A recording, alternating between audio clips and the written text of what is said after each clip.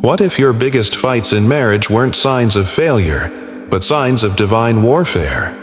You've been asking, why is it so hard to love someone I once vowed my life to? You're exhausted. You feel unseen. Conversations turn into collisions. Intimacy feels distant. And while you're searching for answers in therapy, books, or silence, you've overlooked the only voice that truly understands covenant. The voice of the one who invented it. This isn't just another message about love or communication. This is heaven calling you back to the blueprint, the original design of marriage that predates every book, every culture, every romantic myth. Because marriage is not about happiness, it's about holiness. And until you understand that, you'll keep treating a battlefield like a bedroom. There's a reason the enemy attacks marriages more than ministries. Because when two become one in God, hell gets nervous. Today, you'll see what no one ever showed you about why your marriage feels broken, and what God actually meant it to become. This isn't about fixing your spouse. It's about recovering your spiritual assignment through your covenant. Because you weren't just married at the altar, you were enlisted. God didn't design marriage to be easy. He designed it to be eternal. You've been told that marriage should feel effortless when it's meant to be. That true love flows naturally. That if it's hard, it's wrong. But what if that's the very lie that's destroying your covenant? God didn't design marriage to be effortless. He designed it to last, even when effort runs dry. Genesis doesn't open with a fairy tale. It opens with a command. Therefore, a man shall leave his father and his mother and hold fast to his wife, and they shall become one flesh. Genesis 2:24. Hold fast is not romantic language. It's war language. It means cling, fight, press through resistance. Because love in God's eyes is not a feeling. It's a fastening. It's nails through hands. It's blood on a cross. It's covenant at the cost of comfort. And yet, somewhere along the way, we've reduced it to date nights and shared playlists. No wonder people walk away when the fire starts. They were never told that God doesn't send storms to end marriages, but to expose the cracks and call for deeper trust. Your struggle isn't proof you married wrong. It might be proof you're finally being refined. What if God isn't trying to make your marriage work? What if He's trying to make your heart holy through it? Until you stop looking for escape and start asking for endurance, you'll miss the glory hidden inside the pain. Because the truth is, marriage isn't about being completed. It's about being crucified, together. Your spouse isn't your savior. They're your mirror. You wanted someone to heal what your past broke, someone to fill the empty, calm the chaos, speak what your parents never said. But marriage was never designed to rescue your soul, only to reflect it. God didn't give you a spouse to save you. He gave you a spouse to sharpen you. And that's why it hurts. Because every argument, every silent night, every misunderstood word isn't just a marital issue. It's a mirror to your inner wounds. Ecclesiastes 4:9-10 says, "Two are better than one, for if they fall, one will lift up the other." But you can't lift what you secretly resent. Some of you are in marriages where the silence screams louder than your prayers, where physical closeness feels galaxies away, where unmet expectations are building walls brick by brick, and behind each one is a bitter root. But listen, your spouse was never meant to carry your brokenness. Only Christ can do that. Your spouse was meant to reveal it, so you could surrender it. Because when two broken people expect perfection from each other, disappointment is guaranteed. But when two surrendered hearts turn their eyes upward, mercy flows like oxygen. The enemy wants you to believe that distance is permanent, but God is using the tension to stretch your grace muscles, not snap your bond. You don't need a better spouse. You need a deeper surrender. Because marriage was never about finding someone to love you flawlessly. It was always about learning to love like Christ, through the flaws. The real enemy isn't your spouse, it's the war you can't see. You think the problem is their tone, their forgetfulness, their distance. But what if the real battle isn't between you and them, but between heaven and hell for your covenant? Ephesians 6:12 says it plainly. For we do not wrestle against flesh and blood, but against principalities, spiritual forces of evil in the heavenly places. But in marriage, we forget. We aim our anger horizontally at the one we promise to protect, while the enemy laughs from the shadows. You're not just dealing with stress or miscommunication. You're dealing with a spiritual assignment to divide what God has joined. Because when marriage reflects Christ and the church, Satan's agenda isn't just to make you fight, it's to make you forget who you are fighting for. The spiritual realm recognizes the weight of your union, even when you don't. That's why the attacks increase after vows are spoken. That's why little things become explosive. That's why emotional wounds bleed longer inside covenant, because the stakes are higher. The enemy doesn't need to destroy your marriage. He just needs to distract you from fighting for it spiritually. How many arguments would die if you paused and said, Lord, open my eyes to the real battle? You don't need a louder voice, you need a stronger altar. Because until you pray together, the devil will keep playing you against each other. This is war, not against your spouse, but for them. And the battlefield is your bedroom. Peace isn't the absence of conflict, it's the presence of Christ in the middle of it. Love without forgiveness is just performance.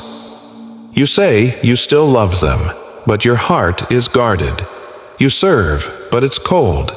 You talk, but there's a wall. Because somewhere in the history of your marriage a fence walked in, and forgiveness never showed up. You cannot build intimacy on resentment.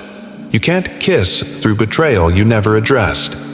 And here's the shock most believers never hear preached. Love isn't what keeps a marriage together. Forgiveness is. 1 Corinthians 13 says, love keeps no record of wrongs.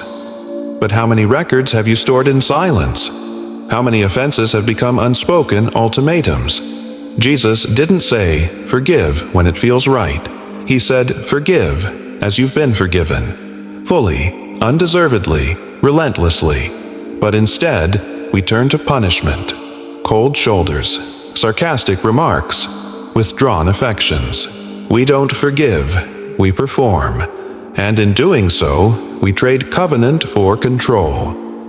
Colossians 3:13 commands, bear with each other and forgive one another if any of you has a grievance against someone. Forgive as the Lord forgave you. Not because they deserve it, but because you've been given the divine capacity to release what wounded you. Unforgiveness rots intimacy from the inside out. It gives the enemy a legal doorway to torment what God designed to thrive. You're not stuck because love died. You're stuck because bitterness bloomed where forgiveness should have taken root. Forgiveness doesn't make the pain disappear, but it makes room for healing to begin. Because in God's kingdom, you don't fix relationships by revisiting the hurt. You fix them by releasing it. Marriage without forgiveness isn't holy. It's hostage-taking. Your marriage is a ministry, not just a relationship. The world teaches that marriage is personal, private, something to serve your needs, your dreams, your happiness. But Scripture paints a higher picture.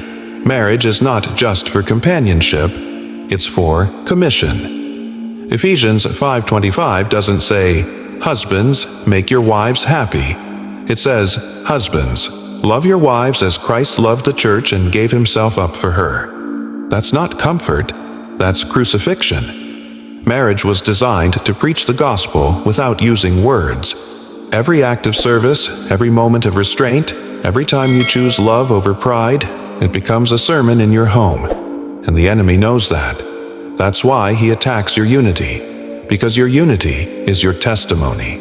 When the world sees a marriage that survives betrayal, that heals through trauma, that chooses grace when bitterness is deserved, they see a glimpse of heaven's love for the undeserving. But when we treat marriage like a contract instead of a calling, we abandon the very altar God gave us to reveal His heart.